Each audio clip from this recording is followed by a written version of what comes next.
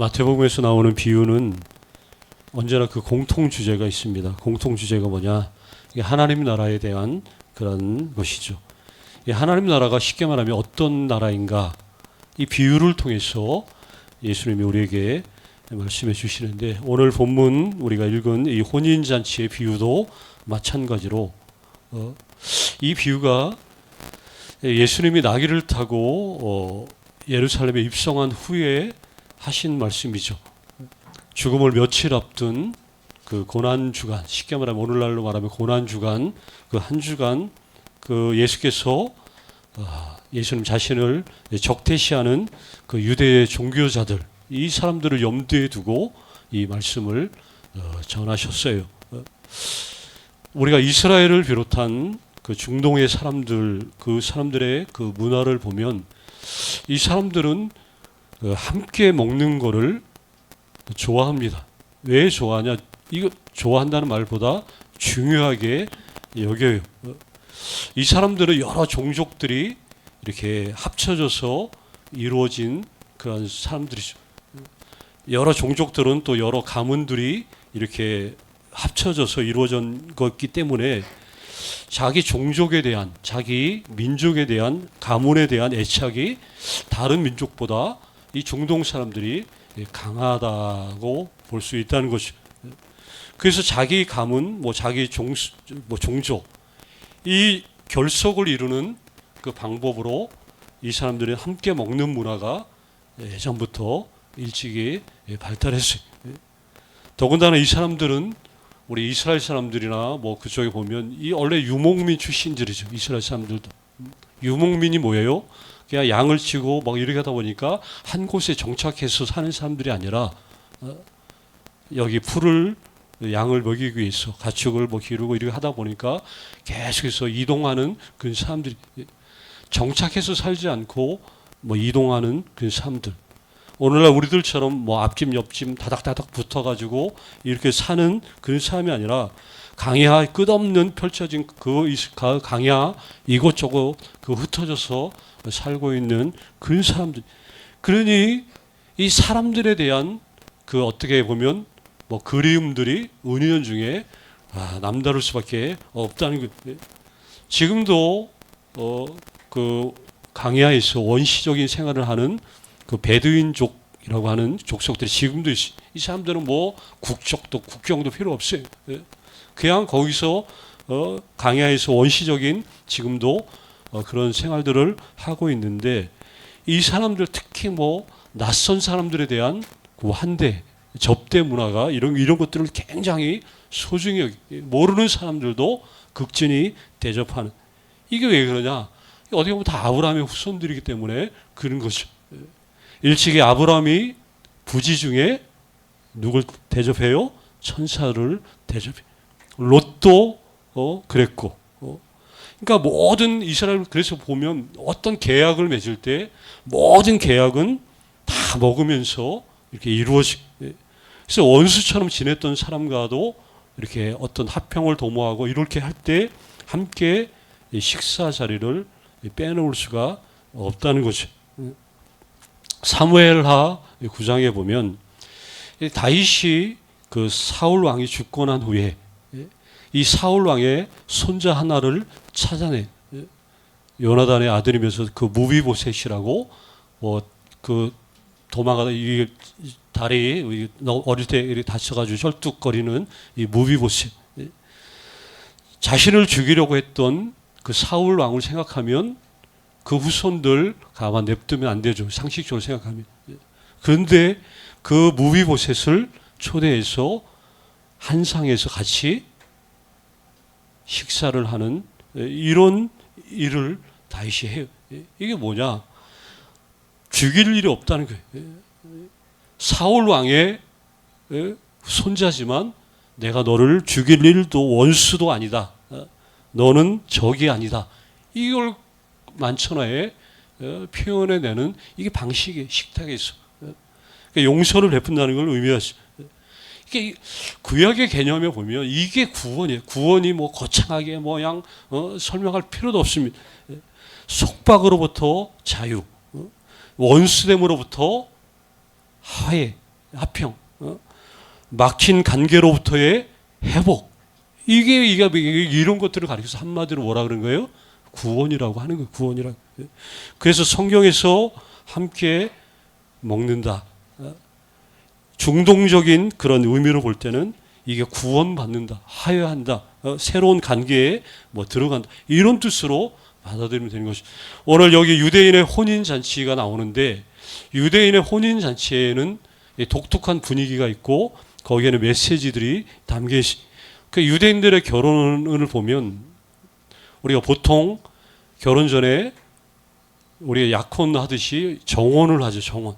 우리 이 약혼보다 더 깊은 이 정혼하면 실제로 이게 벌써 혼인, 부부가 됐다는 거나 마찬가지 선언이. 그게 굉장히 중요하죠. 정혼한 다음에 한 1년쯤 후에 이제 정식으로 이제 혼인을 하는 것을 원칙으로 하는데, 결혼 때가 되면 신랑 집에서 결혼식이 진행이 돼. 근데 결혼하기 전에 신랑이 신부에게 반드시 해야만 하는 일이 뭐냐? 결혼 지참금을 그 신부 아버지에게 줘야 돼. 이걸 지참금을 주지 않으면 신부를 데려갈 수가 없다는 거. 그러면 이게 뭐 좋은 말로 지참금을 주고 데려왔다. 그냥 막말로 말하면 돈을 주고 샀다는 거. 이게 그래서 왜 주님이 우리를 뭘로 샀다 그래요? 그 피로, 핏값으로 우리를 샀다고 얘기하잖아요. 사지 않으면 안 된다는 거예요. 예수님이 마치 신랑이신 주님이 우리를 흠과 티가 없는 신부로 삼아 주시기 위해서 당신의 피로 우리를 샀다는, 값을 지불하지 않으면 신부로 삼을 수가 없다는, 이게 유대인 결혼 풍습이 그렇기 때문에 우리도 그렇게 그 방식이 그렇게 진행됐다. 이렇게 우리가 이해를 하면 되는 거죠. 뭐 이런 사실들을 토대로 볼 때 유대인의 결혼식을 통해 알게 되는 사실이 하나 있다면, 유대인에게 있어서 이 이거 보면 남자는 여자에게 뭐가 되냐? 쉽게 말하면 구원자가 된다라는 것이, 말 그대로 여자가 어떤 경우에 어떤 일을 만나도 그를 구원할 자로 하나님이 세운 자가 유대인의 그 남자, 신랑들. 마찬가지죠. 예수님은 교회의 뭐예요? 구원자죠, 구원자. 남자가 여자에게 구원자이듯이 유대인에게 있어서 그렇듯이 예수님은 교회의 구원자. 그래서 교회가 그리스도께 복종해야 되는 이유가 바로 여기에 있습니다. 교회가, 그리스도가 우리의 교회의 구원자가 되시기 때문에 그렇게 하는 거다. 이렇게 이해를 하면 되죠. 결혼식에 앞서서 이런 절차가 있고, 또 결혼 계약서가 이제 작성이 되면 예식을 치르고, 그 예식이 끝나면 이제 7일 동안 잔치를 벌입니다. 잔치를 벌일 때 뭐 친척들, 친구들 일주일 동안 일하지 않고 오직 먹고 마시고 노래 부르고 춤추고 이런 축제를 일주일간 즐기는데, 여기에서 반드시 필요한 게 뭐냐? 그게 포도주예요, 포도주. 그래서 하루도 아니고 일주일간 잔치를 하기 때문에 얼마나 많은 양의 포도주가 필요할지. 그래서 요한복음 2장에 보면 갈릴리 그 가나 지역에서 뭐가 떨어진 거예요? 포도주가 떨어진 거예요. 아니 왜 잔치 앞두고 그게 떨어질 리가 있냐? 아니 일주일 내내 잔치를 하는데 뭐 떨어질 수도 있죠, 당연히. 여기 이런 개념들을 이해하지 않으면 오늘 이 말씀을 좀 이해하기가 그래서 어렵다는 거예요. 중동의 잔치에 뭐 계속 그쪽 지역에 나타난 주요 특징 중에 하나가 있다면, 주인이 사람을 청할 때 2번 청해. 이게 주요한 특징이에요, 특징. 첫 번째 초청은 이 사람이 초청할 그 사람들이 올 것인지 말 것인지, 오지 않을 것인가, 이거 확인하면서 초청하는 거고, 두 번째 초청은 뭐 이미 오기로 한 사람, 오지 않기로 한 사람까지도 음식 준비들이 다 완료되었다는 것을 알리면서 초청하는 이 두 번째 초청이 있어요. 여기 본문에 보면 임금도 자기 아들의 그 혼인잔치에 사람을 초청할 때 이거 두 번 초청하는 것을 보게 되죠. 3절에 첫 번째 초청을 합니다. 근데 여기 내용을 보면 초청을 했는데 초대를 받은 사람들이 오기를 싫어하므로 그래서 또 한 번 더 청하는데 4절에 보니까 다시 다른 종들을 보냈다. 근데 이 사람들이 그런데 다른 종들을 보냈음에도 불구하고 역시 초청에 응하지 않았을 뿐만 아니라 임금이 보낸 이 종들을 능욕하고 죽이는 일까지 벌인 거예요. 이 비유에 보면 이게 있을 수 없는 일이죠. 보통 사람이 초청해도 뭐 예의를 갖추는 게 뭐 당연한데 하물며 임금이 초청하는데도 불구하고 보낸 사람마저 죽여 버릴 정도다. 뭐 이게 어디 가당키나 한 일이겠는가 하는 거죠. 근데 이런 일을 말씀하시는 것이 예수님이 비유로. 자, 첫 번째 초청은 음식 만들기 전. 두 번째 초청은 음식이 만들어진 후. 자, 첫 번째 초청에는 응하지 않아도 되는 것은 아직 이게 말 그대로 그 준비 단계이기 때문에 응하지 않아도 됩니다. 그런데 두 번째 초청에는 적어도 응해야 된다 하는 것이. 왜냐? 이때 오지 않으면 준비한 모든 것들이 쓸모없이 되기 때문에 그렇다는 거예요. 자, 그래서 이 두 번의 초청, 첫 번째 초청 또 두 번째 초청, 이 두 번의 초청이 의미하는 것은 뭐 딱 봐도 알죠. 죄인들을 향한 누구의 초청이에요? 우리 하나님 아버지의 초청이라는 거예요. 초청. 죄로 인해서 하나님과 멀어진 인간을 하나님은 포기하지 않으신 거예요. 그래서 부지런히 당신의 종을 보내신 모세를 보내셨고 다윗을 보내셨어요. 엘리야를 보내셨고 이사야, 예레미야, 에스겔, 다니엘, 호세야 등등등등등등 이런 종들을 계속해서 보내시면서 이들이 한결같이 외쳤던 메시지가 뭐냐? 하나님께로 여호와께로 돌아오라. 이게 초청의 메시지를 계속 돌아와라. 함께 더불어 먹고 마시자는 거예요. 하나님은 근데 유대인들뿐만 아니라 일찍이 종들을 통해서 우리까지 부르셨다는 거예요. 그래서 우리가 여기까지 오기까지 하나님은 수없이 우리를 초청해 주셨다는 것. 이게 바로 하나님의 사랑이에요.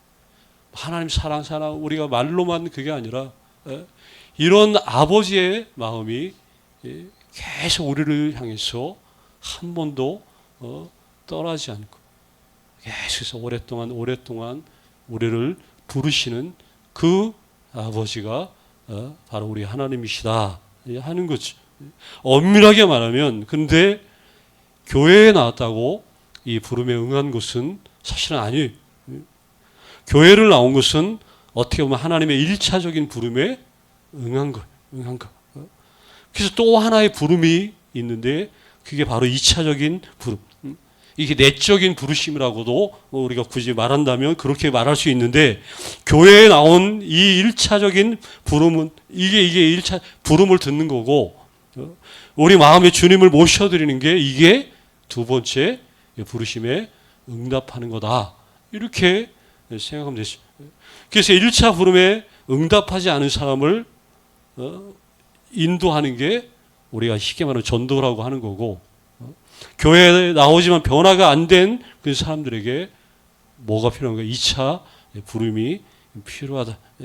자, 왕이 부른 사람들을 여기 살펴보면 처음에 불렀던 사람들은 처음에는 왕이 염두에 둔 특정한 그 사람들이 3절에 보니까 청한 사람들 처음부터 거리에 나가서 아무나 오라고 하지 않았지. 의도적으로 염두에 두었던 그 사람들을 초청해. 그런데 그들이 오지 않았을 뿐만 아니라 종을 능욕하고 죽여버렸지. 근데 가만히 이런 얘기를 보면 지금 이거 누구 얘기하는 거예요? 유대인들 얘기하는 거잖아요. 유대인들. 예수님이 얘기하는 거예요. 유대인은 왜 그러냐? 처음부터 하나님이 염두에 뒀던 그 사람들이 원래 이 사람들이었죠. 하나님의 장자였어요. 장자. 유대인들은. 출애굽기 4장 22절에 이스라엘은 내 아들, 내 장자니라. 이거 누가 말씀하신 거예요? 하나님이 직접 말씀하신 거예요. 이스라엘은 내 아들, 내 장자다. 하나님은 이들을 애지중지했어요. 그런데 이들은 주님의 잔치에 오지 않았을 뿐만 아니라 그 아들 예수 그리스도를 죽일 정도로. 그렇게 되자 왕이 두 번째 사람들을 부르는데, 유대인들은 하나님의 초청에 응하지 않기 때문에 대신 초청받은 사람들이 쉽게 말하면 오늘날 우리들이라니까. 함께 식사하는 것만큼 중요한 게 뭐냐? 누구와 식사하느냐. 이게 중요하죠. 그래서 유대인들은 항상 이거 함께 이렇게 하는 그 대상들을 제한을 했어요. 이방인들하고 절대 함께 하지 않죠. 죄인들, 이방인들. 그런데 여기 메시아의 잔치, 천국 잔치에 이 사람들은 절대 참여할 수 없을 거라고 그들이 단정했죠. 그러나 예수님은 그렇지 않았어요. 예수님은 사람들을 부를 때 누구도 가리지 않았다. 이게 복음이에요, 복음. 아마 다 가렸으면 나 같은 사람이 어떻게 천하고 가난하고 무식하고 죄 많은 사람들, 복음서 보면 그 눈물겨운 우리 주님의 생생한 이야기들 들리지 않나요? 그 먼지 나는 그 팔레스타인 지역, 이 지역 저 육신이 막 고날 여러 사람들을 찾아다니면서 만나주시고 함께 해주시고 함께 울고 웃고 이 예수님의 그 이야기들을 보면서 그분이 얼마나 사람을 가리지 않고 받아주시는지, 하나님의 잔치에는 그 누구도 어떤 대상이 따로 정해지지 않았다는 것. 이게 은혜고 이게 우리의 감격의 부분 아니겠습니까? 하나님 나라는 이런 나라예요. 누구에게나 열려있는, 누구에게나 개방되어 있는 나라가 하나님. 어떤 특정한 사람들의 전유물이 아니라 어떤 자격의 어떤 제한이 정해져 있는 그런 나라가 아니라 이렇게 열려있는 나라다는 거예요. 아마 천국에 갈 사람을 어떤 규정을 세우고 어떤 자격 요건을 아마 말했다면 누가 구원받을 수 있고 누가 주님 앞에 설 수 있는 사람이 누가 있겠느냐 하는 거예요. 그래서 그렇게 하면 자격을 제한을 두면 한 명도 그 자격에 합당할 수 있는 사람이 없기 때문에 누구든지 오라는 이 주님의 초청이 오늘날 우리에게도 임한 것이다 하는 거예요. 이렇게 하나님의 나라는 이렇게 누구에게나 개방되어 있는 잔치와 같다. 주님이 그 약 특권 의식에 쩌들은 그 유대 종교 지도자들, 유대인들을 향해서 이 장엄한 메시지를 들려주시. 아마 그 초반 아마 그 이방인들 사도 바울에 의해서 막 교회들이 헬라 로마 그 제국 내에 막 세워지고 그 이방 그 사람들이 이 마태복음 이 복음서가 아마 이렇게 막 여기저기 이제 쓰여졌을 때 이거를 읽었을 때 이 부분을 읽었을 때 그냥 아무 그냥 생각 없이 이 말씀이 읽혀지겠냐 하는 거예요. 예수님의 이 말씀 읽을 때 그 사람들이 얼마나 감격하고 얼마나 희열에 찬 목소리로 주님을 찬양했을지 이런 상상들이 안 가는. 그 사람들이 그랬다면 오늘날 우리들도 마찬가지죠. 하나님 나라가 이런 나라다 한다면 우리의 심장이 적어도 반응이 돼야죠. 이게 없으면 이게 딱 식은 것이 첫사랑이 식고, 그러니까 아는 건 많은데 이게 현실이 되지 않는, 하나님 나라는 이런 나라. 여기에 천국 잔치, 여기 이 천국 잔치, 이걸 경험하고 누리는 사람들이 바로 믿는 자의 삶이 돼야 된다 하는 것이죠. 주님은 이 비유를 통해 분명히 얘기해요. 하나님 나라는 이런 나라다. 믿는 사람들의 삶은 이래야 된다라고 말씀하죠. 여기 10절에 보니까 왕의 명령대로 종들이 이제 사거리에 나가서 사람들을 데리고 오는데, 여기 보면 또 중요한 말씀이죠. 10절. 여기 보면 어떤 사람들을 데리고 오냐. 여기 보니까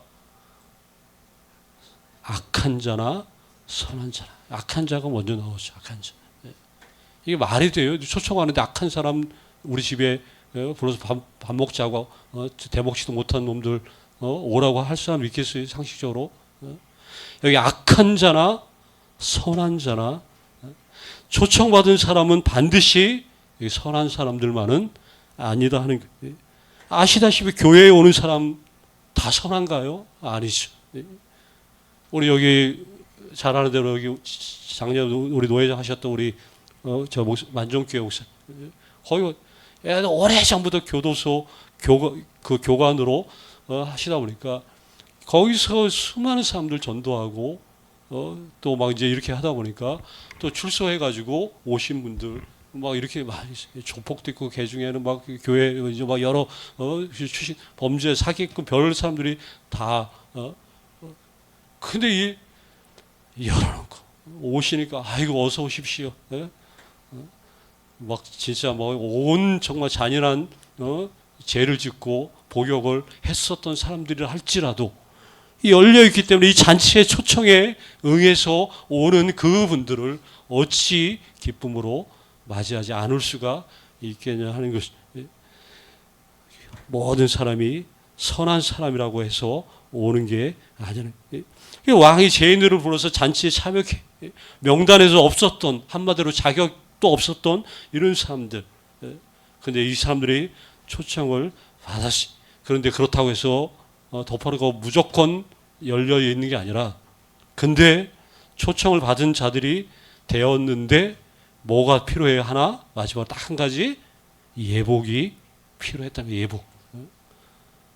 이 옷 예복에 대한 의미는 뭐 간단하죠. 뭘 입느냐에 따라서 그 사람이 누군가 딱 알 수 있죠. 뭐 이렇게 복장 있잖아요. 군복을 입으면 군인이고, 경찰 옷을 입으면 경찰이고, 법복을 입으면 뭐 판사하고 막 이런, 이게 딱 옷을 입으면 그 사람을 알 수 있잖아요.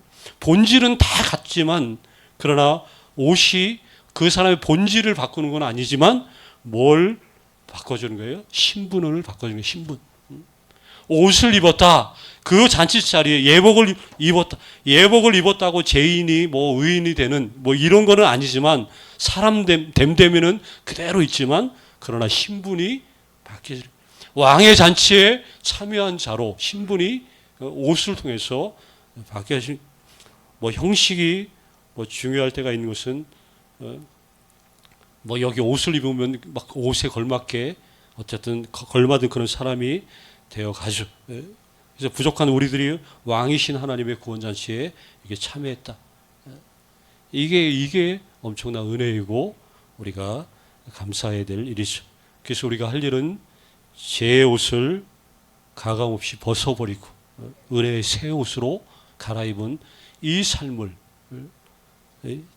계속해서 유지하면서 잘 살아내면서 이 영광스러운 천국 혼인잔치에 나는 참여한 그런 복된 존재임을, 이 자부심, 믿음의 자부심을 가지고 우리의 인생을 더 복되게 살아내야 한다 하는 것이, 이 은혜가 있기를 간절히 주의 이름으로 축원합니다. 아버지 하나님.